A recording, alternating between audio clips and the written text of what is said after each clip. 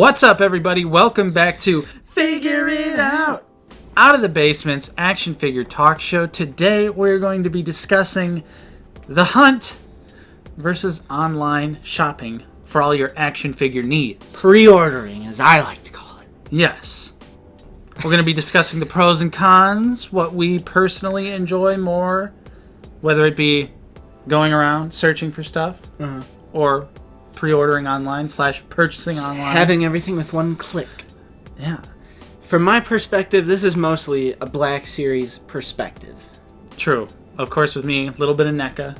But, I mean, it's not like you can walk into a store and pick up like a Mezco 112. So some of that stuff doesn't really apply. But mostly Black Series and NECA. Yeah, I collect NECA as well, but I usually just don't have a problem finding whatever I'm looking for. True. So. One quick thing I want to talk about, a little bit of NECA news real quick. It's Randy confirmed on Twitter that we will not be getting a Hooper to go along with our Quint and Brody Jaws figures, which is a massive disappointment. He alluded to it being likeness rights that Richard Dreyfuss did not want to participate. So, Richard, get your shit together. What are you doing? It's so dumb. It really does suck because now I kind of feel like I don't want to get Quint or Brody because then I'm just going to be like, well, where's Hooper? Still want to get the Shark. Still am interested in the Shark.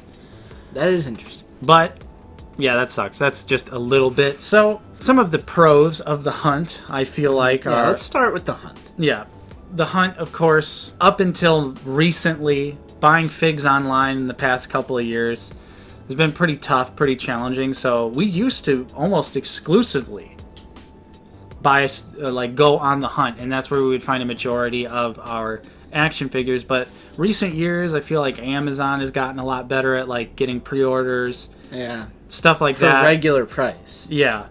So it's weird because at first we just had started out exclusively hunting, but now it's kind of, at least for me, turned the other way. But, of course, when you're out on the hunt, you always have a chance to check the paint apps if there's more than one, which is always the gamble you got to play if you're ordering online. Obviously, you don't know the exact figure you're going to find. Right. So it's nice when you could find one or more and you can compare and check out the paint apps, although sometimes, most of the time, when you find stuff on the hunt, it's usually only one. Right. Especially if it's Black Series and the upcoming Black Series wave where it's Bly and Dooku and they're all one per case.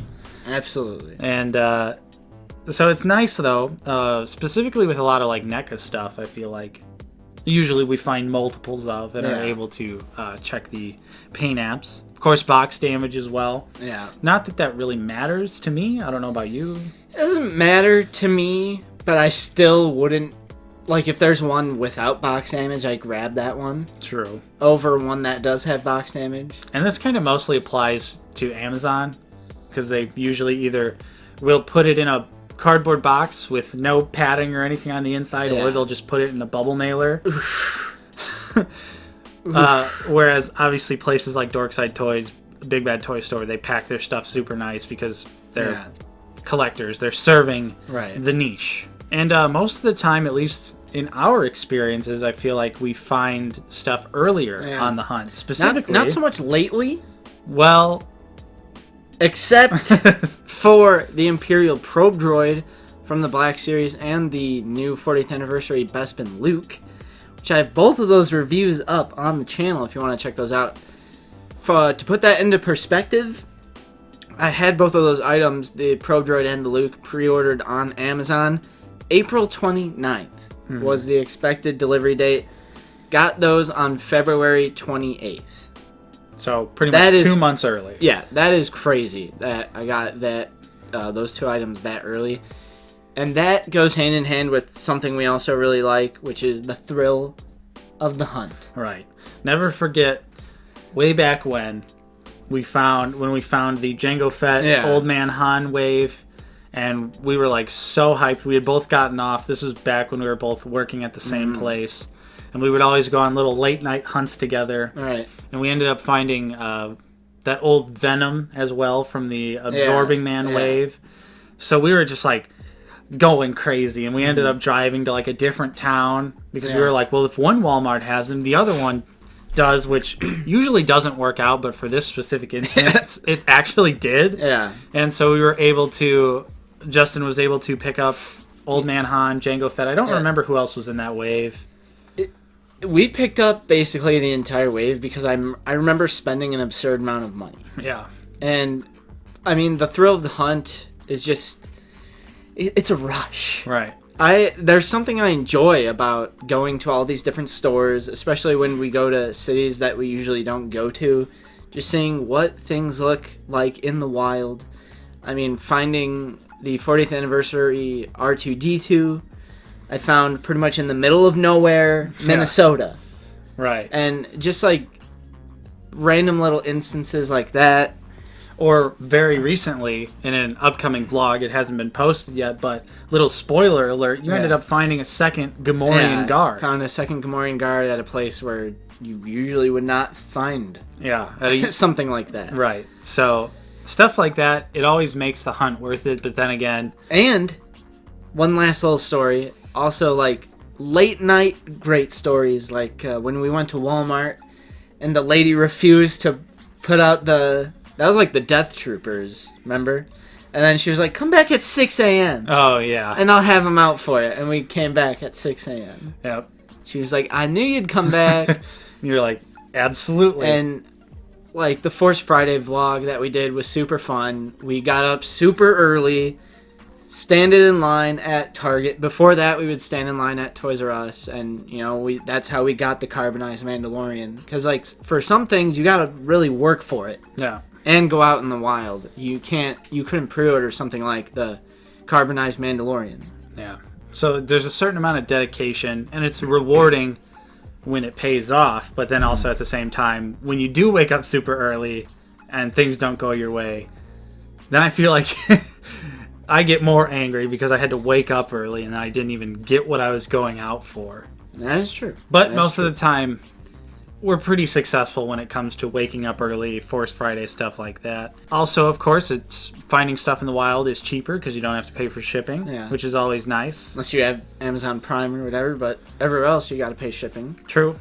And finding unexpected items on clearance as well. Mm-hmm. A lot of times walking into certain stores and you're like, oh, I was looking for this figure and oh, it's $10 now, like Yavin Ceremony Luke. Yeah. We both got... Because we initially both got the Skywalker Strikes version, so we were like, don't need the Ceremony Luke. Just for the metal, but then we found it for $9.99. We're like, okay. Yeah, so it's like those unexpected moments where you're like, oh, this is nice. Like, I didn't want to pay full price for this, but now I have an opportunity to pick it up for less.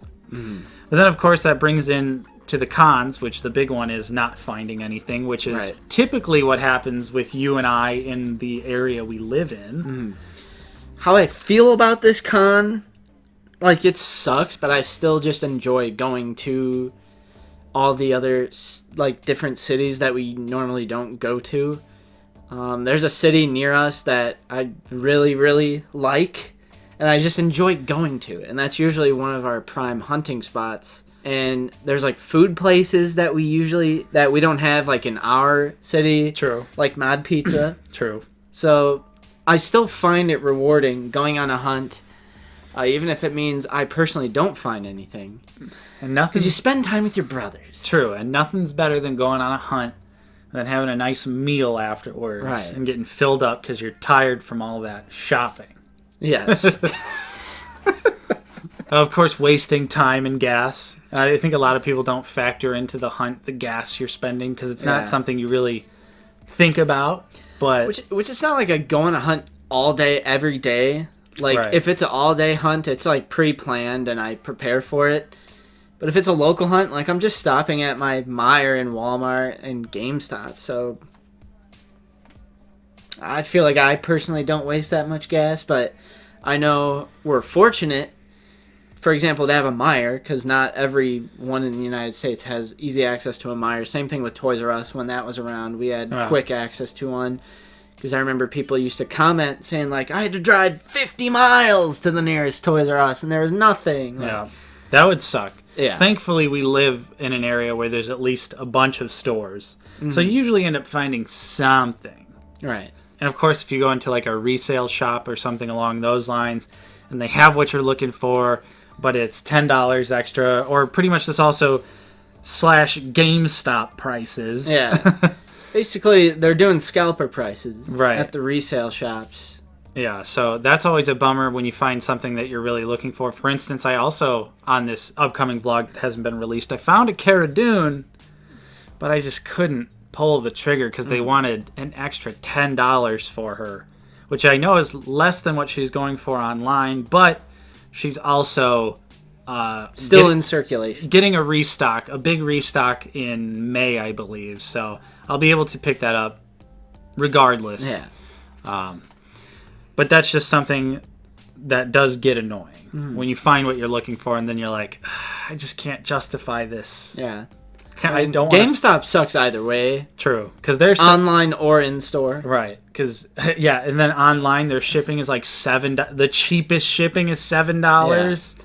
Like, and I ship things. I know how much shipping costs. It's not $7 to ship one action figure. Ugh. It's not that expensive. So that's pretty much all we got for the thrill of the hunt, the real life hunt going around. Of course, the wilderness. It's a lot of fun, but then also you got to factor in things like work schedules, and going on the hunt by yourself usually isn't the same. It's more rewarding to go with your brothers, but then sometimes you gotta fight for something.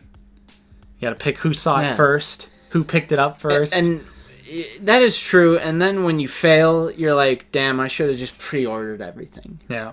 Which now we'll be getting into the pre-ordering. True. Pre-ordering / buying online. Of course, buying online, most of the time you can pre-order. Of course, you can pre-order at places like GameStop, but I'm not a fan of GameStop's pre-order culture. Yeah. Not a fan of their prices. So I usually don't pre-order anything at GameStop. Right.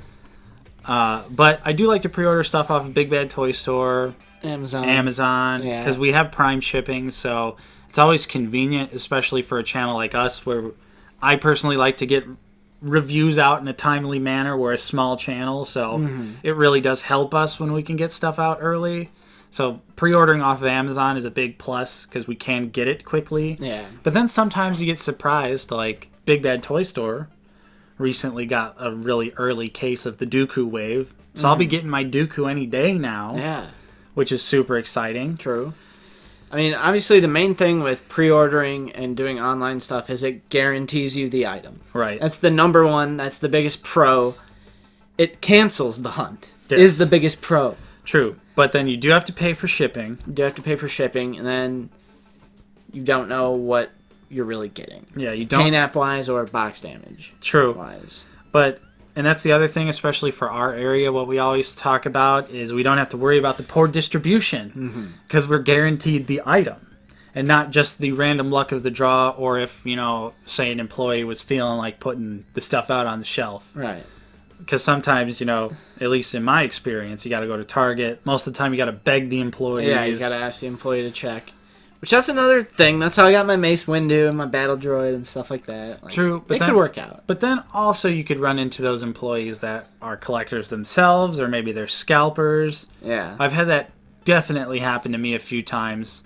I know there's a specific Target employee. I know they're either a scalper or a collector. Yeah, and pre-ordering does end the scalper problem. True. When it comes to you personally, because it just guarantees you that item, and you don't have to worry about some asshat clown going in there just to resell everything. Yeah.